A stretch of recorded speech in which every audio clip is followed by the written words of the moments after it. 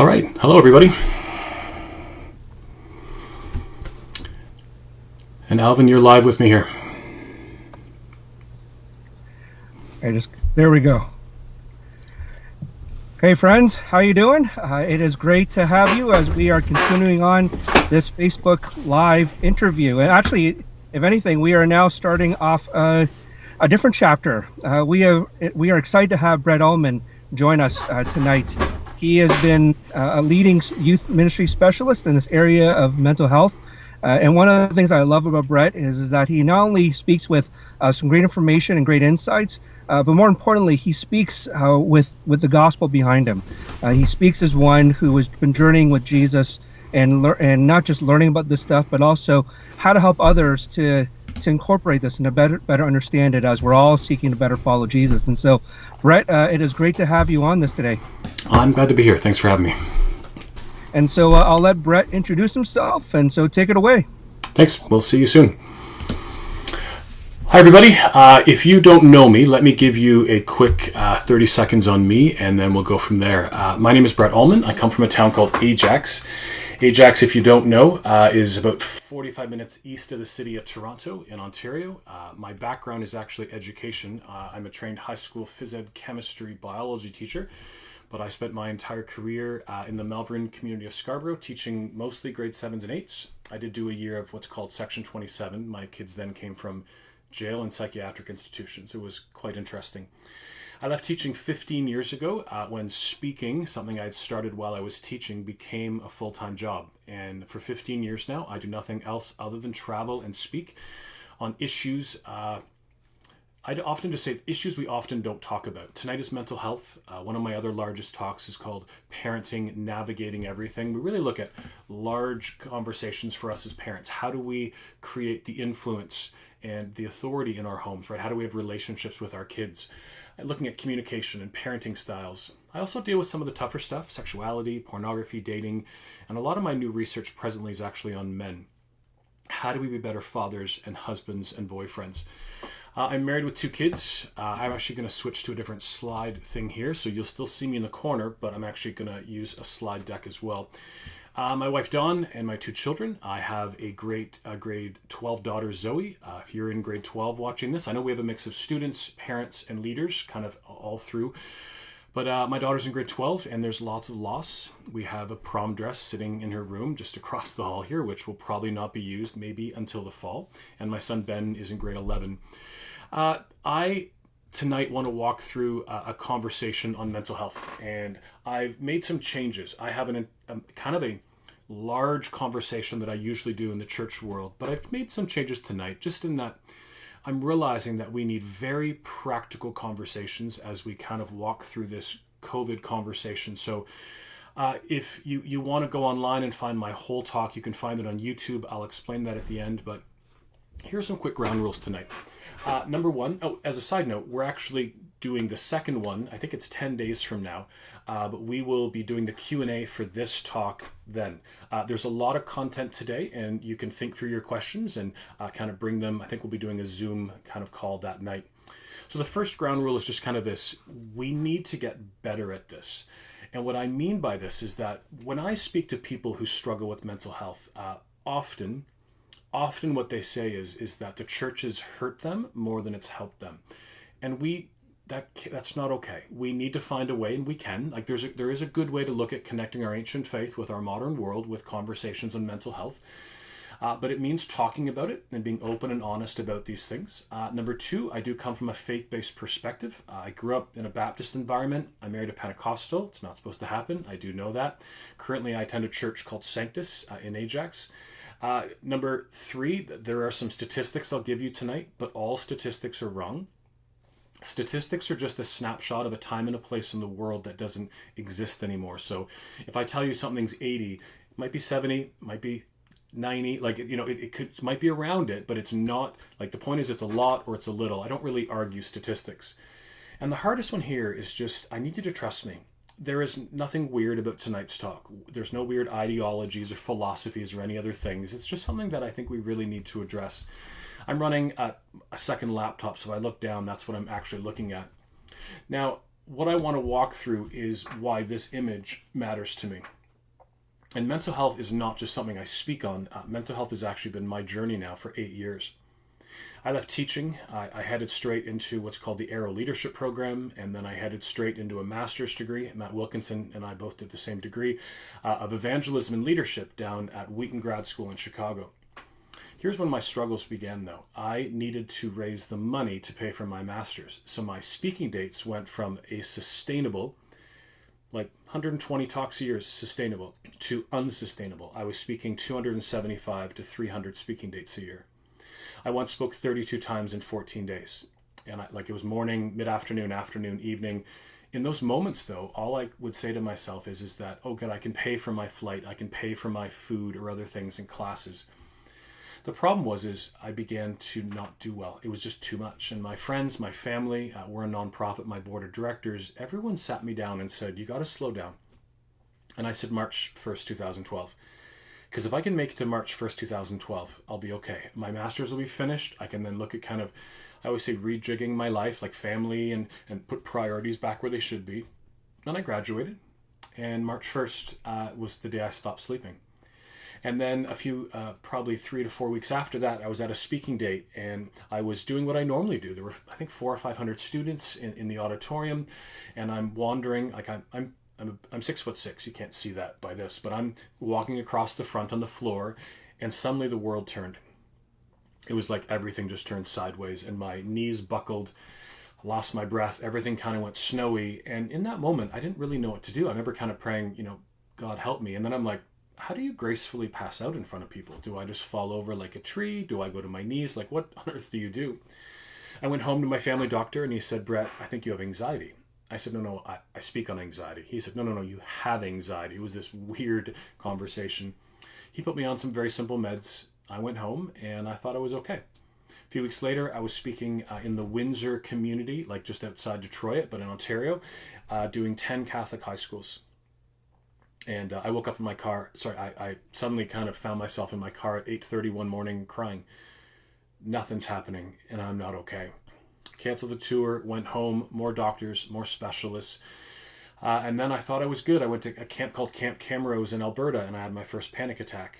Panic attack, fight, flight, or freeze, but I fled, flight. I got in my car the next morning and packed up and left. And then it all kind of came to head. There's a camp in Cobourg called Lakeshore Pentecostal Camp, and I was going to be doing some speaking there. And I had gone boating for the day with some friends and went to McDonald's with our children, and we were coming out. And in a McDonald's, you come out and you cross the drive-through to get to your cars. I suddenly thought I was being hit by a car. But I wasn't being hit by a car. I was falling into a parked car. My equilibrium was shot. I called out for my wife. She grabbed me like a blind person, walked me to my car. I didn't leave my cottage for the week. I didn't leave my house for 5 months, and I didn't work for an entire year. There's irony to my journey in that I'm a speaker who speaks on mental health, and 8 years later, I still struggle. Depression is not part of my life these days, but I still don't sleep. I still struggle with anxiety. I still struggle with panic. This image is how I felt. My friends, family, pastors, people would come into my house, and each of them would sit across from me on a chair, and they would say things like, hey, have you tried a different road? They would say, hey, have you tried Jesus? And I would say, what do you mean by that? They're like, Jesus. And I'm like, I do know Jesus. But what do you mean by, have I tried Jesus? Like it's a chocolate bar. And then they would look at me and say, isn't that what I'm supposed to say to you? And I would say, I don't know. And they would leave. And I would sit and wonder, have I not tried Jesus? Whatever that meant. Did I not do something? And the next person would come in and say, hey, have you tried these healthy milkshakes? And the next person would come in and say, have you tried running? And I'd say, I haven't left the house in 5 months. Or like, but have you tried running? It was a million roads in a million directions. One day my wife came in and we had a very interesting conversation. She was actually worried I was going to kill myself. Not conversations you ever think you're going to have. And my wife just said, what would you do if you ever worked again? And then she called me a creative. And I'm like, I'm not a creative. I'm not an artist, a musician. She said, but you're a weird creative. She said, you need to create or you're going to die. She said, what would you do if you ever worked again? And I said, I don't think I'm ever going to work again. She said, what would you do if you ever did work again? And I said, I'd love to just walk through the question of what do you do if you're struggling with anxiety? How do we have an answer? Not have you tried, have you tried, have you tried? How do we have an answer? And this is actually the basis of where this talk came to be. Now, I don't even know if we have good definitions of depression and anxiety. I would just say quickly they're continuums. Depression from doing well to like seasonal affective disorder, where you just feel, you're not getting enough sun. We feel a bit blah. Maybe blah is below that, just feeling and all the way through to like clinical depression. And in that right now would be many of us during COVID, that we've gone into a bit of a funk, we might want to call it. I wouldn't call it depression just yet, but we're not doing okay. Things have changed. We've lost our jobs. We've lost loved ones, or we're just not able to do things. And anxiety is another continuum from doing well to all the way through to like social anxiety. And I had a new one a few months ago. I was in Leamington speaking, and as I was going up onto stage, I got a text message, one of those emergency alerts. You might have got this one that said that there was an incident at the nuclear Pickering power station. I live 7 kilometers from the nuclear power station. My mom and dad live 3. So I went on stage kind of going like, is my family dead? Like, I'm texting people, no one's replying to me. It was all an error. But the point is that there's a continuum. How did these feel, like physiologically? Like someone's sitting on my chest. Like my heart is beating out of my chest. Heart palpitations. Feeling dizzy, which is actually for me, if you were seeing me in a church environment, you would actually see me sitting in a chair. I've been sitting for 8 years. There's something about sitting where when I feel dizzy, I know I can't fall. I'm in a chair and my body kind of relaxes a little bit. What else? And there's all kinds of these. We could say can't think, can't read, can't talk to people, feeling helpless, hopeless, worthless, disconnection, cramps, depersonalization. For me, the bane of my existence is just not sleeping. I haven't slept through the night since 2012. And some nights, including last night, I was up probably 8 times. And if you struggle with sleep, and many of you do, you go to bed exhausted and you wake up sometimes more tired, and your body then responds with anxiety or panic, and you struggle through the day, and then you start the cycle again. And that's been kind of my journey. There's a great quote that says this: people have taken to exaggerating their everyday experiences and punctuating sentences with terminology appropriate for a psychiatrist's office. They aren't nervous about an upcoming work presentation. They have bad anxiety. They aren't uncomfortable to go to a big party where they don't know anyone. They have social anxiety. And they don't get butterflies in their stomach. They have panic attacks. Now, not everything tonight is about COVID. Some of this is just about mental health, because I think the answer is the same for both. But I would just say in regular life, let's not use terminology that's about mental health if it's not. Like if you have to do a presentation at school or at work, or even like today, like if you have to do a presentation on a Zoom for your school, if you're a teenager and you're a bit nervous, it's okay to say you're nervous. I just think we need to stop using mental health language for that. Now, somebody messaged me this, emailed me this when I was at home. What a great metaphor for depression. You're stuck in a deep, dark hole in the ground. The walls are completely smooth and you don't have anything to help you get out. Most people, which is sad, but most people just walk past the hole, but occasionally someone stops at the top, looks down and asks, what's wrong? You tell them you're stuck in this hole and you can't get out, and they're like, so just climb up. And you look all around and all you can say is, I can't. And they say, sure you can. And then they walk away. This was my journey in the church world. And this is not okay. It's not okay that we sing and we preach and we teach about like these things and support and love, and we're a family of God, and then when someone needs us, we say, you'll be okay, and we walk away. There is a whole bunch on this screen. Let me explain what I'm doing here. Often we hear for mental health that the smartphone, I don't even know where mine is, or I'd hold it up to you. The smartphone is to blame for all mental health. And I would just say it is not true. When you get those emails, just delete them. Anytime you get an email, as a side note, that says, I call them sky is falling, like 5 apps all Christians should delete, like just delete. Words like off, like always, and just no. Is technology part of a problem? Yes. We don't know why, but we're seeing an increase in mental health, probably 15 to 40%, the statistics might say, in the last 12 to 13, 14 years, which is the same time that the phones have come out.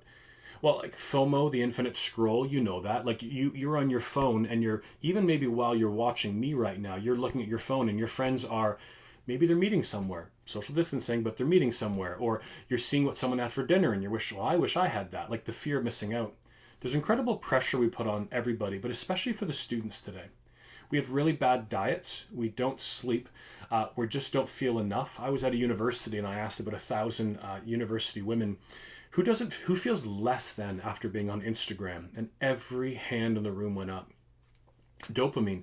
Every time my Apple Watch taps me, every time a notification comes on my phone or my computer, I get a quick hit of a chemical, dopamine, to the brain. Dopamine is the love drug. If you hug someone, get a kiss or those things, you get that shot of dopamine. But here's the problem. We're getting dopamine all day long. What happens with 100,000 hits of dopamine a year over 5-10 years? We don't know. But I would say that students, you're the petri dish, you are the test case of this, and we're seeing statistics go through the roof of mental health struggles in high school, especially with young women. Overparenting is also a cause of this. Parents and students, this is how it works. Parents overfunction, and then students, you in turn, underfunction. And parents, we need to start again preparing kids for life as opposed to protecting them from life. I think my parenting talk is a really important one if parents want to do that for their church. But we need to stop over-functioning so students underfunction, because then you go to do life and you don't feel prepared for it. We see many university colleges that are having programs for first-year students just telling you how to do basic things because mom or dad or your guardian aren't there anymore. You could have a predisposition. All the ones that are great are things during COVID. Trauma. This is a trauma for everybody. I don't think anyone can say everything's great. Burnout, breakdown, isolation and loneliness was an issue before COVID, and it's even more now. I'm just almost finished on my new book, and my 16th chapter was on loneliness. Because everything I researched, there was always this component of loneliness. Whether it's struggles with pornography, whether it's mental health, whether it's parenting, there was always this conversation. Long-term unwellness, sickness, and even substance abuse. And so I would say that there is a wide range of things and reasons of why we struggle. Now, we are seeing skyrocketing conversations on suicide, skyrocketing conversations on mental health, because never before in our lifetimes have we seen the whole world kind of just be in, and the news is very kind of tragic every night. I heard the news, I think it was on last week, maybe Friday, and they said 50% of Canadians say that they have worse mental health today. And I actually would disagree with this. And I would say that we all have worse mental health. Again, if it's a continuum, we've all been pushed back a little bit. And those of you who might actually be struggling with real mental health conditions might actually have all that being exacerbated a little bit because of the isolation and the loss and other things. I think we as Canadians began to talk about this back when Maclean's magazine posted an article called, what do they call it? The Broken Generation. And it was really it was called Campus Crisis, The Broken Generation. They polled 1,600 students at U of A. U of A, if you don't know, is University of Alberta, and it's actually in Edmonton. And these are the stats they found, and these stats are staggering. 51% of the students they polled felt life was hopeless. That's a big deal. Number 2 is the only one I don't care about. They felt overwhelmed by all they had to do. Well, great. When did you poll people? Is it Frosh Week? My daughter is heading to London next year to go to Western.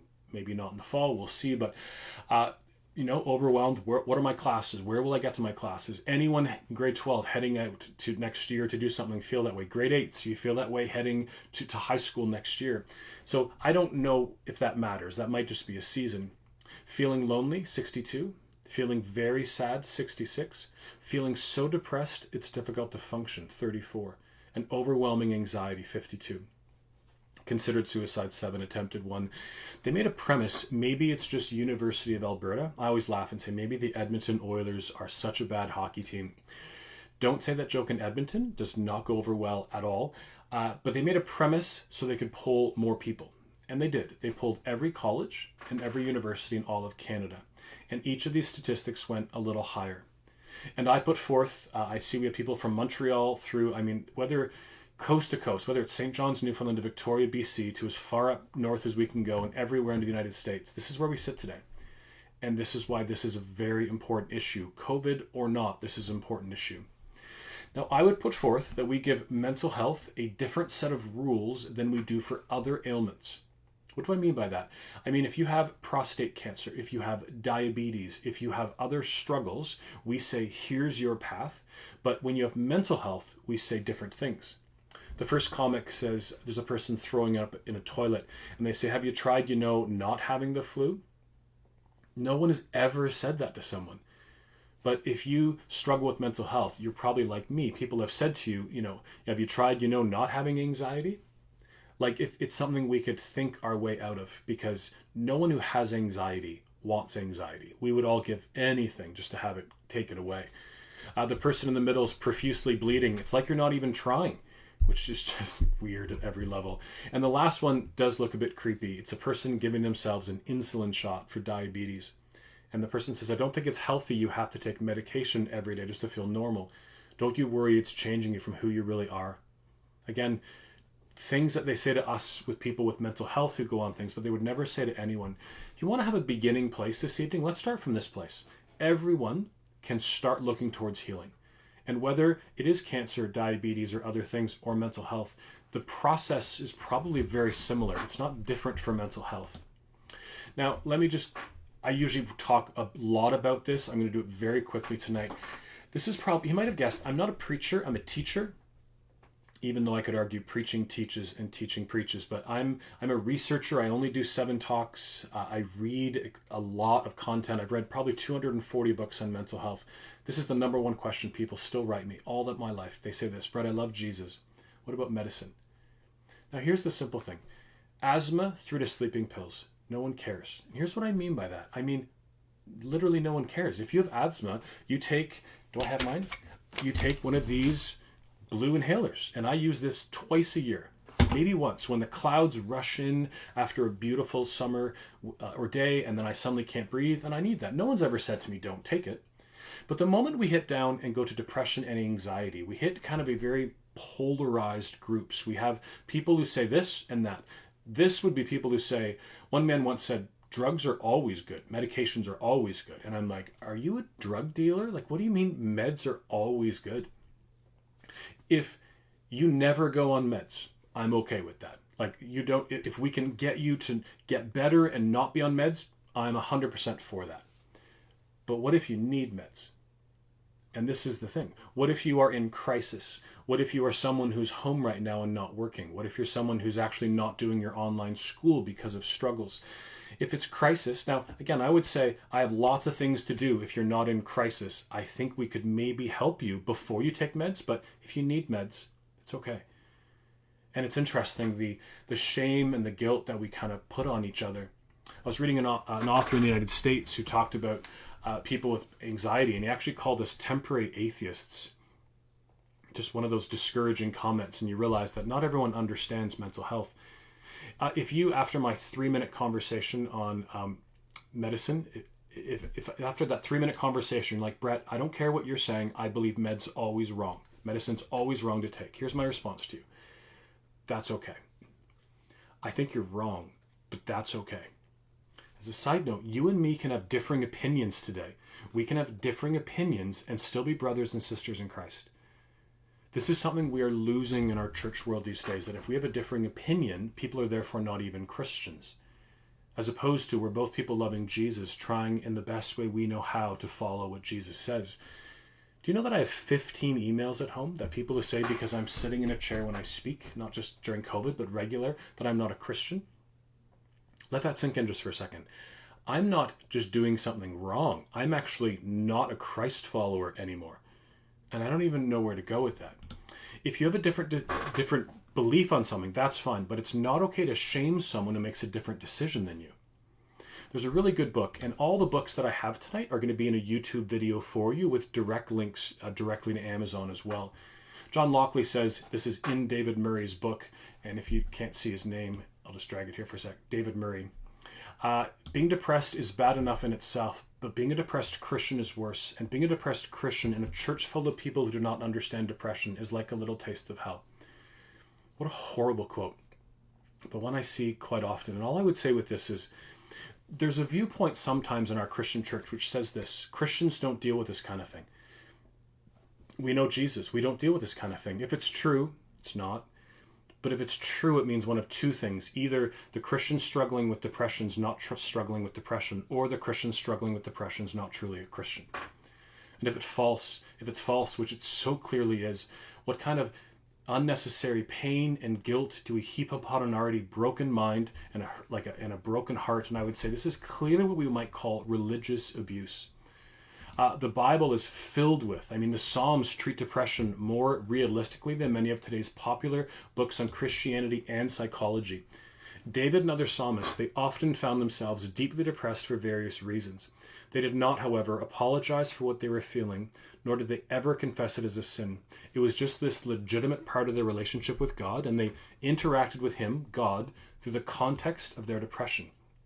And you can find all the different verses in the scriptures, and there are a lot of them, of the people, how about Old Testament prophets and people in the Psalms who ball their fists in rage and scream at God. And there's lots of conversations of people who struggled. Now, I want to move on from that, and I want to kind of head into some different things. Again, I don't want to just give you a high-level conversation about some practical things. So tonight, how do you know if someone's struggling? What are some signs? So here's just a few. Let me also say a side note. I'm not a counselor. I am a practitioner of mental health. I see myself as the middle, kind of like I want to push you into counseling and different things, but I'm not a licensed counselor myself. But this is signs of mental health struggles. And here's a few. One is changes in eating and sleeping patterns. Now, here's the truth. This might also mean you're a teenager right now. If you're a teenager watching this, like what time did you go to bed last night? Like my son probably went to bed at 2. Like there are teenagers are pushing themselves up and they're now like going to bed like 2 and then getting up at like 11. I go to bed at 10:30 and wake up at like 6. And parents give some grace to this, and students, that's okay. I get a bit concerned when it goes too far. I know some of my kids' friends are staying up almost all night and sleeping all day, and that will be hard to switch back from. But some of these things are just normal. Social isolation, withdrawal. I think we've done a disservice with the media with COVID in that we've said so often this idea of social distancing. It's not social distancing, it's physical distancing. And what we've done instead is we've withdrawn from everyone and isolated ourselves in our homes. And it's good to have family time, and I like this, but we need to be seeing whether it's I was talking to a church a couple nights ago to their small group leaders, doing a thing of how to equip them. And I said to them, go get little Tim Hortons donuts and show up at all of their doors and just give them something and stand back and chat for 5 minutes. There are things that we can do. Mood changes, irritability, anger, like all of these things. Now, again, all of these things could just mean that you're dealing with stuff that's frustrating right now. I've had 52 speaking dates canceled. It's really frustrating when you're trying to do things and suddenly it's like the rug is pulled out from under you. But it could mean mental health, might not. Not able to function. This is when we start seeing mental health getting to a more serious thing, and we are hearing more about this. People who don't shower, right? They don't eat, they're not getting groceries. How about just a loss of desire to do things? Now here's also the reality. Has anyone just had a day in the last week you're just like, I'm done. I don't want to do Zoom calls anymore. I'm done. And that's also okay. Give yourself some grace in this. But if it's a growing apathy, a malaise ongoing, how about substance abuse, alcohol, drugs? I'm getting a lot of messages coming in for churches concerned over consumption of pornography. Porn statistics are through the roof because people are at home and people are looking at things. Now, even overeating, undereating, a lot of these things I would put under the category of self-harm. Self-harm, if you don't know the definition, is hurting yourself in any way, shape, and form to get beyond overwhelming feelings, emotions, and thoughts. And so we're feeling bad and people do things. Now, this doesn't help. It actually hurts you.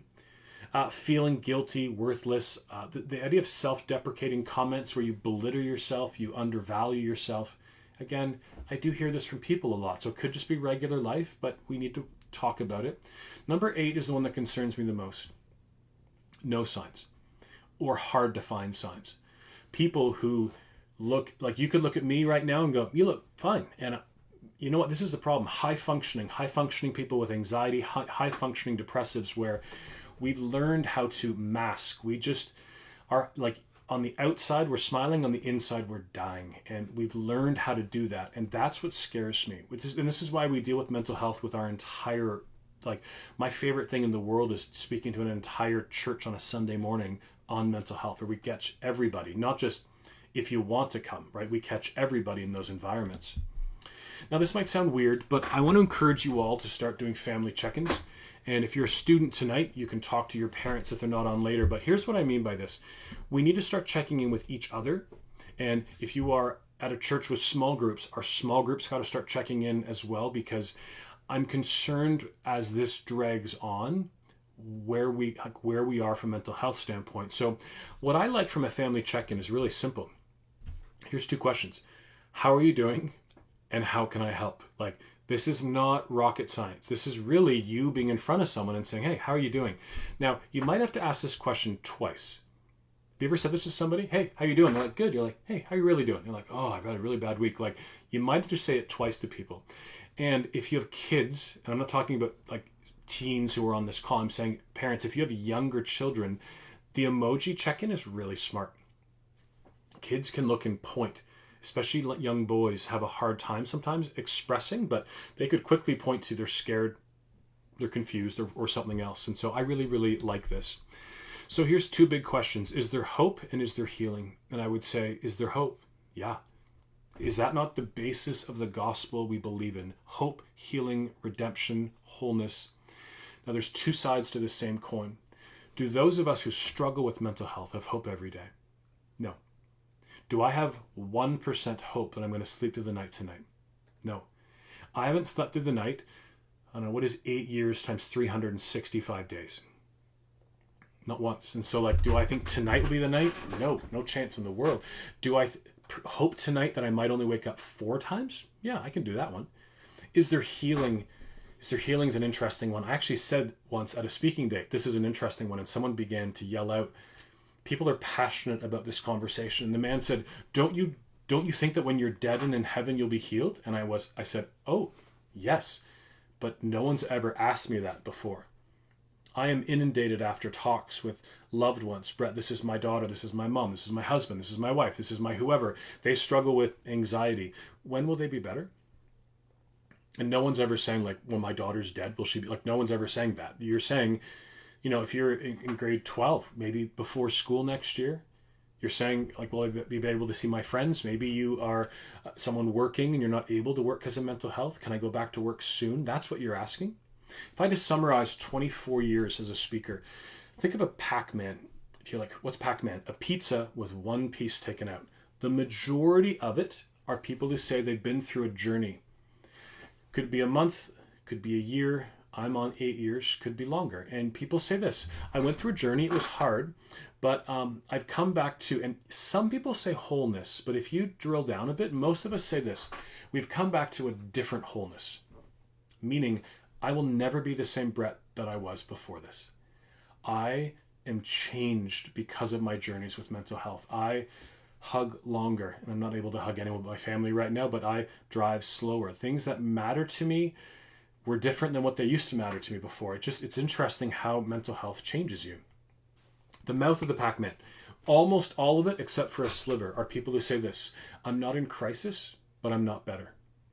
I'm not in crisis. I'm not the guy who was at home for 5 months. I'm not him. But like, I'm not who I was, but I actually am not who I want to be. I'm not well yet. Now, the second part of that would be that, or the last part is that sliver. And if you've ever taken a mental health first aid course, and if you haven't, I encourage everyone to, you will learn that there are some mental health conditions that you will most likely have forever. And if you do, this is where we as the church and the family of God kind of surround you and love on you and support you in both the good times and then the tough times. Now, I say that with one asterisk, which would just be this, unless you get miraculously healed. And I believe in healing? I do. Do all get healed?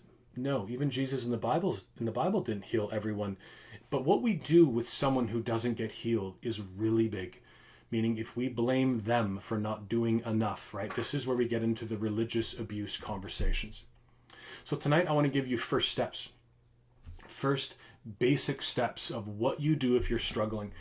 So I want to take this road analogy and make it something simple. Now, I usually walk through a whole way of how I got to this. I just want to give it to you outright. And if we have questions, now you can put questions in the comments. And the truth is, many of you are going to watch this after this has been live. Any of you can write me. You can write me after. We can have conversations on social media. I'll tell you where you can find me later. But I'm just going to say this. I put every email I've ever got, printed them off, put them all over my wall and all over my floor. And I remember just asking God for a process, something beyond have you tried? And after a while, I realized that every single email said something. Every email said that they talked to somebody and then they got some kind of help. And then when I began putting them in piles, I found piles of the body, piles of the mind, and piles of the soul. Now, 1 Thessalonians 5:22 is actually a bit of this, and that's kind of soul and spirit, and we can walk through those conversations. Where did I have that?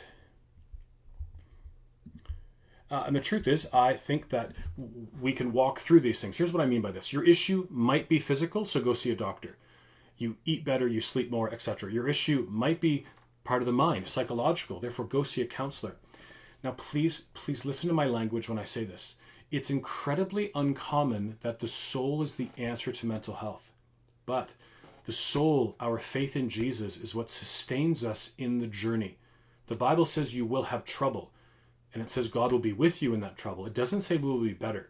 Whether you get better or not, God is with us in that journey, which is why body, mind, and soul is what I love as a conversation. And it's not first, second, and third. It's like 3 different circles.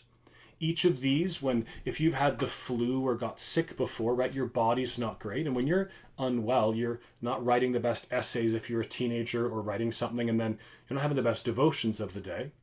From a COVID application, every day, what we said to my family when we learned, right at the beginning, we kind of just said, something's happening. We're now off school. This might be longer than we think. Every day, do something for the body, for the mind, and the soul. The first thing is to plan it. The second thing is to ask, is it possible? Meaning it's great to say I want to go running every day, but we realized that my daughter's running shoes were in her locker at her high school. So this is where the weekly check-ins kind of come to play. Now, body, mind, and soul is the analogy that every church I've ever attended, including the one I'm at now, whether it's mandate, mission statement, meeting the physical, spiritual, and emotional needs of our community. And I love that. It's the idea that one of my psychologists once said that to facilitate healing, we have to divide up the indivisible. Interesting. Now, quickly, do Christians have less struggles with mental health? Somebody asked this after one of my talks, and I said, that's a good question. My answer would be no, but I'm going to get back to you. And so I went home and I researched, and I was wrong. The answer is Christians do have less struggles. Let me just move me here for a second so you can read this.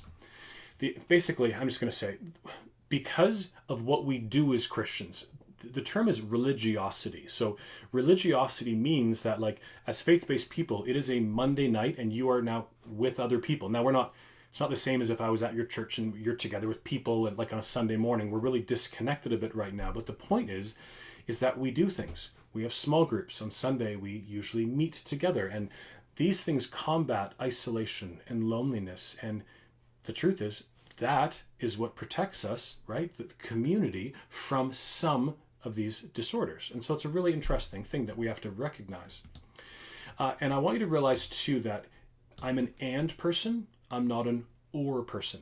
It's not Jesus or medicine. It might be medicine and Jesus. It's not like body and mind and soul. And so it's not as a simple answer. It might be a bunch of conversations all done in one.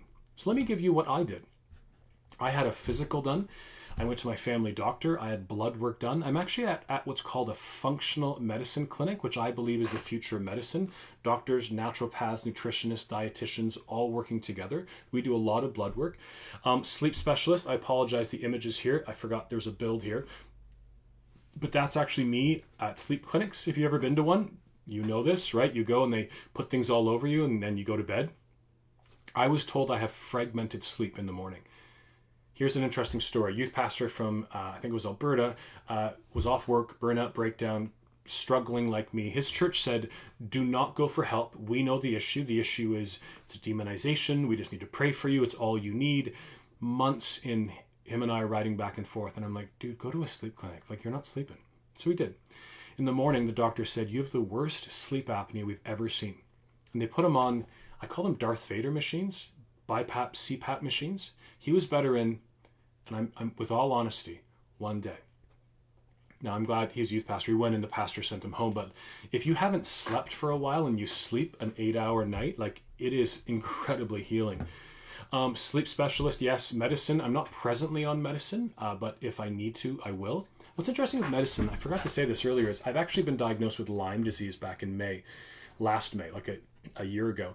And they don't know if it's the root of my mental health or if I'm actually just very unlucky and I have both of those things. But when I went on meds last summer for Lyme, you know when people wrote me and said I shouldn't go on meds? 0. But when I wrote the same thing about going on meds for anxiety, hundreds of people. It's just interesting, again, the way we have different feelings. CAT scan, MRI. I had an MRI because they wondered if I'm dizzy for reasons. Neurologist, naturopath. Here's the point. You go and see things. And the 3 pictures, the one you can't see is exercise. I would encourage every one of you every day, right? Let's do, like, you know, the movie Groundhog Day, which is what we're living in now. Every day, do something for the body, the mind, and the soul. But in the body, exercise every day. I knew today was busy because I was speaking this afternoon as well. And so I went for an hour walk this morning. I spoke 3 hours this afternoon. I went for another hour walk after that, and I'm with you. Exercise is good. And it could be whatever you want. Running, walking, all these things. Sleep more, and eat is just eat better. You don't got to go become keto or vegan or something. I'm just saying just eat better. While you're doing this, maybe go see a counselor. And I would encourage you, if you are unwell, it's okay to talk to a counselor. And counselors are doing video conferences like this now, so you can actually see a counselor in like whatever room you're watching this right now. But they help give me perspective, a framework for healing, a care for my emotions. And now it says psychiatrist there. If you don't know a psychiatrist, it's like the doctor of the mind. They can actually give you medications. A psychologist cannot. They talk through things. But if anyone right away starts saying, but Brett, isn't psychiatry coming from a different worldview than we have as Christians? I would say maybe. But not everything quote-unquote secular is bad, and not everything quote-unquote Christian is good. So take it with a grain of salt. Like, is it something, like, there was one thing someone wanted me to do called cupping. It's this emotional thing, not physiotherapy cupping, but pulling of emotions. And I'm like, no, I disagree with that. That's not something that comes from my worldview. But Ed Stetzer, if you like this kind of debate on science and psychology and Christianity, Ed Stetzer from Lifeway Research has really good conversation on this. And the last one just says, have fun. Make sure you're having fun. I hope all of us are in our families doing more. Like, I know families who are not eating together and don't play together. They're just all doing their own thing still. In my house, we play euchre almost every night. Settlers of Catan. We're watching movies together. Like, we're enjoying the time together, but have fun. And this isn't last, but faith. Pray, study, worship. Have a Sabbath. Have a day of faith, family, friends. Spiritual disciplines, if you don't know what these are just the things that Jesus did, right? This is, and we do them. We read, we pray, we fast, we study, we give, we volunteer. And I have an actual YouTube video of my favorite spiritual disciplines books. There's so much we can say here. When I'm in a public environment, I use this slide and not the last one. All these things are still really good. Gratitude, you can get a gratitude jar. It looks kind of like, this is a marbles analogy from another talk, but every day during the regular year or whenever we want, we rip off a little sticky note and write in like, had a great dinner with family, and stick it in. And then at Christmas, we take these things out. I'm encouraging people now to do a reverse gratitude jar, which means every time, especially if you've had younger kids, but for anybody, let's say you wanted to go out for dinner tonight or go to church, or we wanted to meet together as, you know, a church family for a night like this, and we can't. Write it out and put it in the jar. And when things lift, take those things out. Like, you know, we wanted to go see grandma, and then when you go see grandma, rip it up, burn it, do something, right? Just to celebrate that you kind of redeemed that loss. The spoons analogy just means if you only have so many spoons, I'm going to use pens.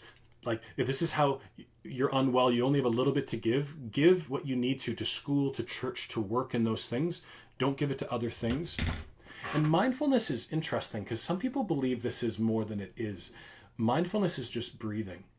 There are some interesting apps for meditating on Jesus, things like Dwell and other ones where we think about God and it's prayer. This is not this. This is just breathing. If you have an anxious body, quietly breathing. Now, still do your meditation and in your faith devotions. I'm just saying apps like Calm and Headspace just have you breathe. You feel the air going over your nose and you feel it coming out. 10 minutes of this and your body starts calming down. It's a really good thing. I love these things. Now, quickly, how does our faith connect? There's an interesting quote here. I'll read it pretty quickly for you. It just says, "Tragedy can upend even the most fervent faith. We lose our way along the way. When all prior convictions, spiritual ambitions, and dreams are lost, then what? How do we reconcile the promise of a good God in the face of disappointment and devastation?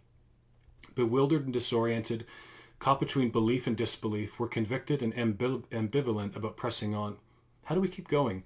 Or do we turn back and abandon our faith? Take comfort, we are not the first walking wounded to face such a crossroad." Now, this talk is called The Walking Wounded, so I love the language. This book by Diane is actually a book for special needs parents, but I believe this is a really good quote just to say, like, we're not the first people to go through these things. And I say a lot these days, this is not the end. This is a season. It may be a longer season than we expected, but seasons do change. Now, as we think on suffering, I began researching suffering because I couldn't find a lot of conversation on it. And I found this book by a guy named Richard Winter. And he says there's 5 reasons we suffer. This was really life-changing for me. Any way you have suffered or will suffer goes into this. Number 1, Genesis 3. We live in a fallen world, and we're deeply affected by this. It was a number of years ago, I had a board member of mine die of a heart attack. He was just in his early 40s. Like, we live in a fallen world. I believe COVID would be part of a fallen world conversation. Number 2, we live with the effects of others' sins. One of my best friends as a kid, he was killed by a drunk driver about 16, 17 years ago. We live with our own sinful nature. I worked too hard for too long, and I said I'd be fine. And I was wrong. And I'd give anything to go back and try it again. Now, here's the problem. There's a fallacy in that, is that I think if I went back and did it again, I'd be fine. The truth is, I think I probably had a susceptibility to this. Now, number 4 is one I just say we need to be careful. Some churches, this is everything, and some churches never speak on this. But Ephesians 6:12 is in the Bible. But I just encourage people, maybe don't go here first. And then there's verses in the Bible that I don't understand. It's good for me to be afflicted so that I might know your decrees. Like, there's just these verses and you kind of go, oh, that's kind of interesting. All I say with this is, I think how we suffer, and I think most come from the first 3, the most part. But no matter what it is, we as Christians can look at how we can walk through these journeys with God, which kind of leads me into the Romans 8:28 verse, which I think is really butchered a lot. So this is why I put it up. The number of people who've said to me, well, Brett, it will all be good, is interesting. Now, in my parenting talk, we use a number of proverbs, and proverbs are wisdom, proverbs are adages, proverbs are not promises, but this is actually written as a promise. Now, it's really important here that we don't add or subtract from what this verse says. Paul is not saying that all things are good. Life is not good. Not just COVID. Like, it was interesting the last few weeks. I'm now watching things like car accidents and fires. Those kinds of things are back kind of at the beginning of the news. But no matter where you live, there are accidents that happen every day. And there are people with heart attacks and cancer and different things. If we do another one of these sessions 1 year from now, you could all tell me these things that happened. Did these people who got sick or in a car accident, did they only need to read their Bible more or pray more and they would have been fine? No. This is religious abuse, and it's really something we hear too often. One of my good friends, his father died of cancer when it was probably 25 years ago. And when he passed away, a lot of the church said, well, it's because you didn't read your Bible and pray enough. Like, that's horrible. Like, that's the blame. Like, we live in a fallen world. Ecclesiastes says time and chance happen to all of us. The Bible says there will be trouble. Now, in that same conversation, is God's kingdom moving towards its end in Revelation? Yes. Is it good? Yes. Like, oh yes. But will all of life be good? No. Remembering our good and God's ultimate good are going to be different things. I'm at a talk once, and a professor of systematic theology, hardest class I ever took, said to me, you realize this verse says it's a verb. It's working along with, right? And I'm like, well, why don't we talk that way? Like, that would change everything. Because then it would be, no matter what's happened or why it's happened, God is fighting with you and for you to bring it out for the good. I think those are some important conversations we need to walk through, but I'm doing them quickly tonight. And Tim Keller from New York says, faith is not primarily a function of how you feel. It's living out, trusting, and believing what truth is despite what you feel. What did I need? I'm going to give you a bunch of things right here, and I'm going to ask you to never say these things again, even though we all have. Let me go through this list. I'm going to get rid of me for 1 second here. Number 1, everything happens for a reason. Actually, you can't see me, so I'm going to put myself back on. Everything happens for a reason. This is a thing that is said to people who struggle on an ongoing basis. And I would just say this. I don't think it's true, and I don't think it's biblical. If you take this too far, it's actually called determinism, and determinism is actually Islamic. It's actually not Christian faith. Let me just walk through if you believe this. Here's what happens. Someone's at home or something's bad happened, and you're like, everything happens for a reason, and they're like, what reason? And you're like, I don't know. And then you leave. And do you think in that moment that they're helped or they're actually hurt a bit? God must have something amazing planned. I'd say maybe he does, but maybe don't tell someone on their darkest day. Are you still reading your Bible? Words from God? All I would say with words from God, I don't come from a background where that's something that's normal, but I'm open to listen. But so many people don't have any discernment, and they tell me things like I have lead paint poisoning from my third world travels, and it's like, that's just not true. God won't give you more than you can handle is not in the Bible. We use this. It actually says God won't tempt you with more than you can handle. It doesn't say you, like I heard someone preach once, and they're like, well, God won't give you more depression than you can handle. That's just not true. There were 3 pastors who took their lives in the last 3 weeks in North America that I know of. Like, this idea that Christians don't struggle with these things, isn't it? Like, how many times in the Old Testament or even in the New do we hear people who talk about we've been burdened beyond all that we can handle? Like, they have too much. So then what do? We lean back on God. If you need any help, let me know. All I'm saying is if you like, hey, do you need a meal? Don't tell them to ask you if they want a meal. Just take them a meal. Is there sin in your life? I get this all the time. Then I'm like, yeah. And then they don't know what to say. Have you tried praying, saying the demonic? And the last one here, you'll be okay. Don't tell someone they'll be okay because you don't know this. We live in a fallen world, and I just don't think it's something, it's kind of a Christianese thing that we say. Here's what you can say. Sorry, I got to move myself around here a few times. Here's what you can say. Say, how are you today? And I can answer today. If you ask me how I am overall, are you actually asking me how I'm doing? Do you know I've had a breakdown? Say I'm praying for you, but then actually do it. Say something. Say anything. There's so many of us who struggle with mental health. People don't even ask us how we're doing because there's a lot of fear. Give them a hug, not today, but when you're allowed to, sit with them. And you can sit with people right now, just social distance. Listen to their journey, ask how is your struggle going, talk about something else. And it says shawarma right here. Darkest day I've ever had in my life. I actually was brought a shawarma from a friend of mine. And if you live in Ajax or around this area, there's a place called Pita Delights. They're a Christian family from Nazareth. If like Baba Ganoush hummus and tabbouleh fill your soul. She gave me a shawarma, and I took a bite. I remember in all my struggles just thinking, there's something about food. Do you know what I miss most from my Baptist roots? Potluck Wednesdays, where I would sit with my friend's grandmother, his little sister, someone's mom, because we all ate together. When you got your food, you just sat down, and that's what I really missed. And so these are things you can say. Now, on my website, brettallman.com, I have a blog which has 20 videos in one blog on mental health. I'm probably going to go about 5 minutes over. Hope that's okay. I don't want to rush through things. I want to quickly just tell you, though, these are 2-minute videos or less each. Each one trying to challenge you that during COVID, like tomorrow or tonight, if you listen to video 1, I'm going to encourage you to plan out your exercise tonight. So I walk in the morning. So tonight, before I go to bed, I make sure my shoes are out. I make sure, depending on the weather, do I have a sweater? Do I have everything ready? And then I'm ready to go. Number 2 would be sleep. And for some of you who are struggling with sleep, there's like sleep hygiene and things that we can think on. Diet, we've kind of addressed. Using your space. All I mean is with this, use the space around you. Now, if you are in downtown Montreal, if you're in downtown Toronto, big cities, I have some friends in condos and they're struggling because they're just on the couch. And I saw a quick pic where someone actually said they were actually reading a book sitting on the kitchen floor leaning against the stove. And I'm like, I like that. Like, use the space. No matter where you live, though, don't sit in the same computer chair all day long. Move around. And if you can get outside now, get outside. Connection just means get connection.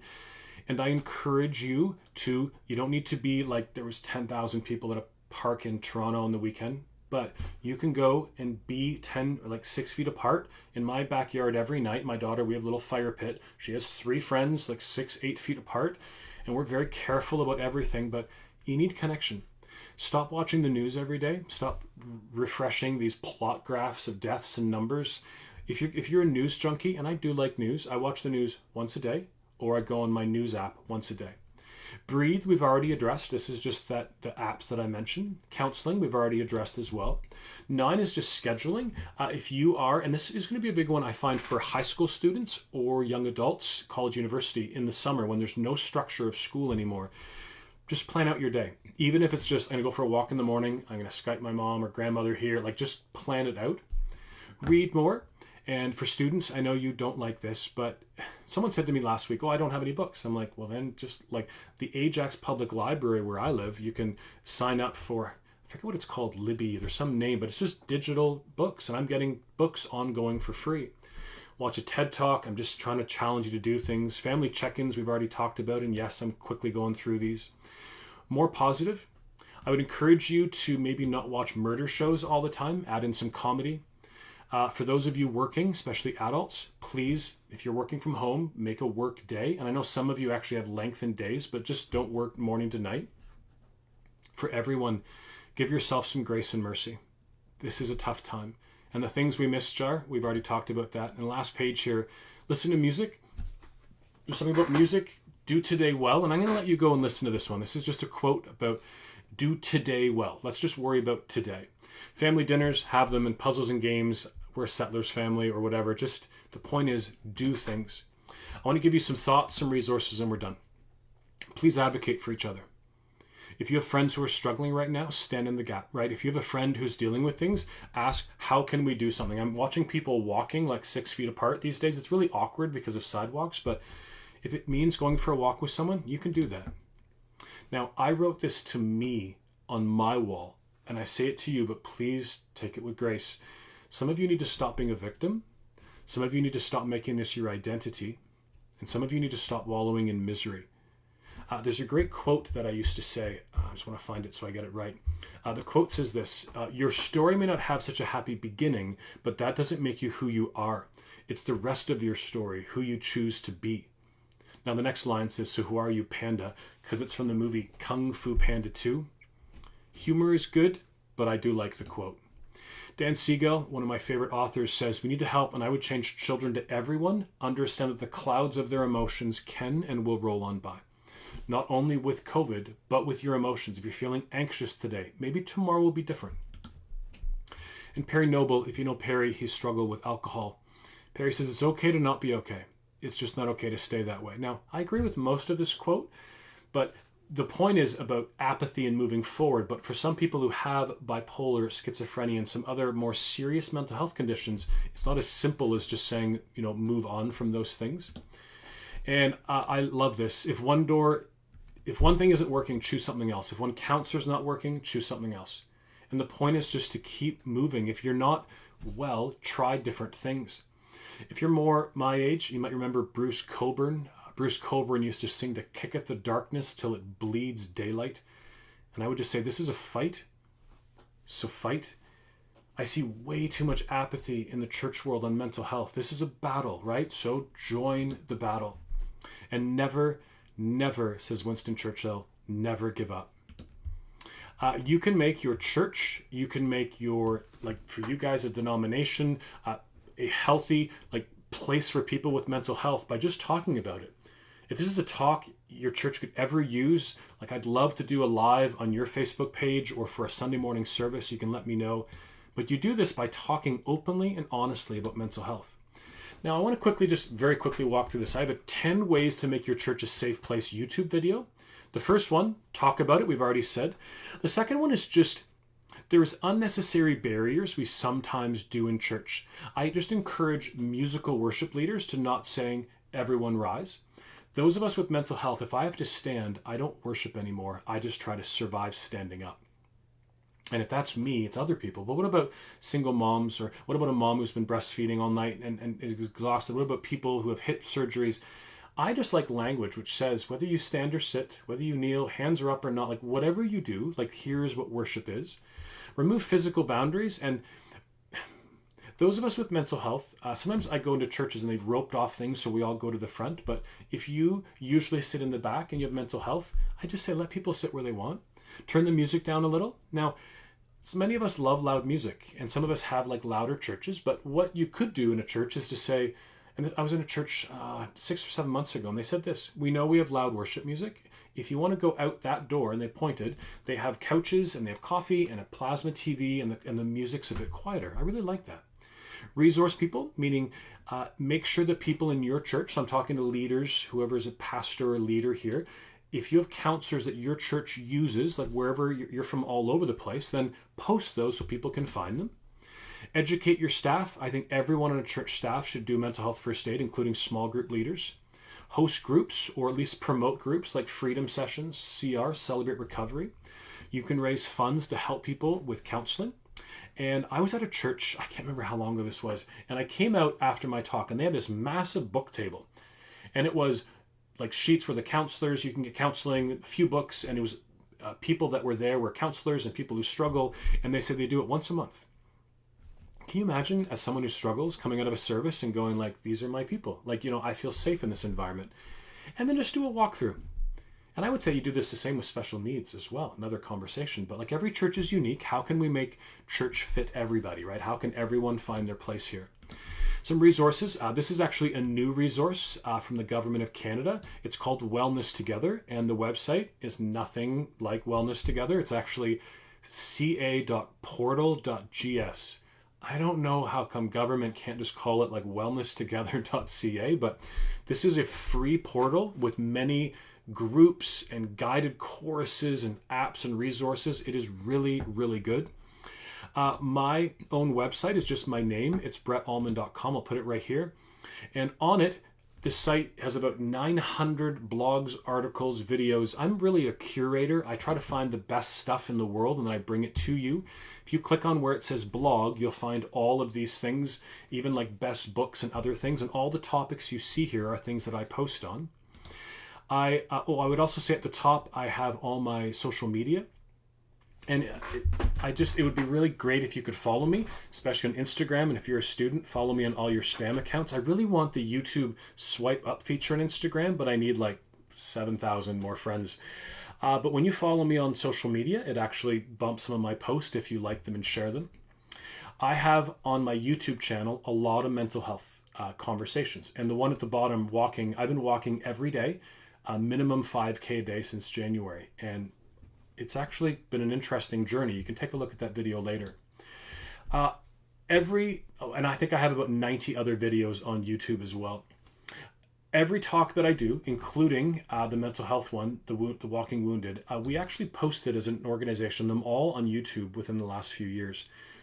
I had a really interesting week where I had 7 pastors that I know write me within 7 days with 7 suicides. And I just realized this is how we fundraise as an organization, but if this can help someone, I just told my board they're online. So all of these are full professional, like filmed presentations. And if you want to go find these, you can find them online. I have 4 books presently out. 2 are my media talk, one for parents, one for kids. I do have a book I wrote with Adam Clark, who's a pastor at People's Church in Toronto, and Dr. Mary Lynn, who's a psychologist. We wrote this before my breakdown, so it's not Body, Mind, and Soul. It's just a good book on mental health. Reset's a free ebook. I wrote this about my breakdown, and then some friends and family wrote their journeys. Kerry Newhoff, some of you might know, wrote his burnout, and then a lot of other people wrote theirs. And on the site, there are the best mental health books, and also I put the best books on loneliness. And there are 2 books that I would encourage you to get. These are not faith-based books, by the way. You can add in the faith to it. This is called the Anxiety and Phobia Workbook. This is actually my copy. Edmund Bourne wrote this. There's actually a 7th. This is the 6th edition. 7th just came out. I think it's green. You know what I love about this book? If you're struggling with nutrition, turn to nutrition. This is with mental health. If you are struggling with sleep, turn to sleep. It's just phenomenal. And the ripple effect, again, not a faith-based book, but Sleep, Eat, Move, and Think.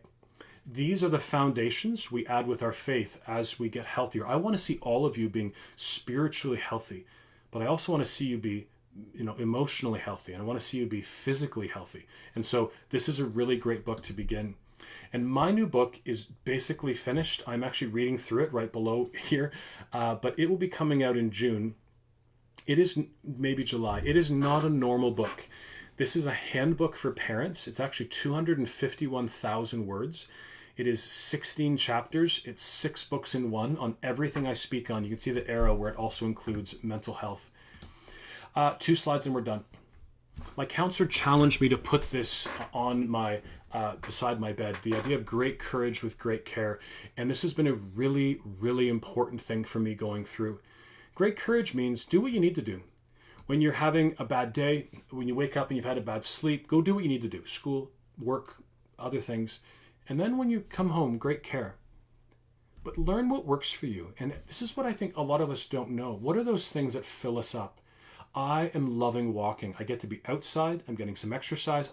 Whether it's music, today I had nothing. I just walked and listened to the birds. And I live by Lake Ontario. I listened to the water. This morning I did a podcast. You can do worship music. But what is care for you? And this is something you need to learn. Now, this is the last slide tonight. I would just say this. There's a lot in this conversation. And we're going to do Q&A. I think it's June 4th. I think Alvin put it on here. But I would just say you can do what you can do. You can eat better. You can sleep more. You can exercise daily. You can let everyone do what they can do. Counselors, pastors, friends, leaders. And then, of course, we as faith-based people, we also let God move in this journey as well. If you have any questions, you're more than welcome to ask me some questions. Sorry, I don't know if you can hear my Skype call to Alvin, but I'm calling Alvin to bring him back in here. But the truth is, there is a lot of conversation that I've said tonight, and we'll walk through a bit more of that when we do our next chat, but you're also welcome to email me anytime. Thank you so much, and here's Alvin back to close out our night. Well, thanks again, Brett, for that. And it wasn't just the information, but just even the heart and the spirit that you have brought all this together with. I appreciate all that you've shared with us tonight on. Thank you. A few things just to remind you about. We have actually been recording this, and this will be posted on our both YouTube and Facebook page. And so for those, if you have people who weren't able to show up tonight, by all means, rewatch this with them, share together. And then with that, then you can look at what are some questions that you have for Brett on June 4th. And I've thrown that into the comments on this stream as well. And so we encourage you to go there. You can submit your questions ahead of time. You can also register so you can get the Zoom link and then participate with us on June 4th. But we'll also record that as well. So if you're not able to make it on June 4th, you can always send the questions ahead of time. We'll make sure that we'll group them and see what we can tackle in an hour together. But we will try and do that as well. You also heard Brett talk about some of the things that he's mentioned already through his blogs. Even if you wanted to join with your small group, some parents and such, definitely take a look at his website at brettallman.com. That's also the link in in our chat as well there. And so on that note, would you? Well, no one else can see except for me, Brett. But would you give him a round of applause if you're online right now? So thank you very much. Thank you. And with that, friends, we're glad that you're able to be on this. And if you're watching the recorded version, we're glad you took time to take a look at this. And hopefully we'll see you on June 4th. Thank you very much. Night, everybody.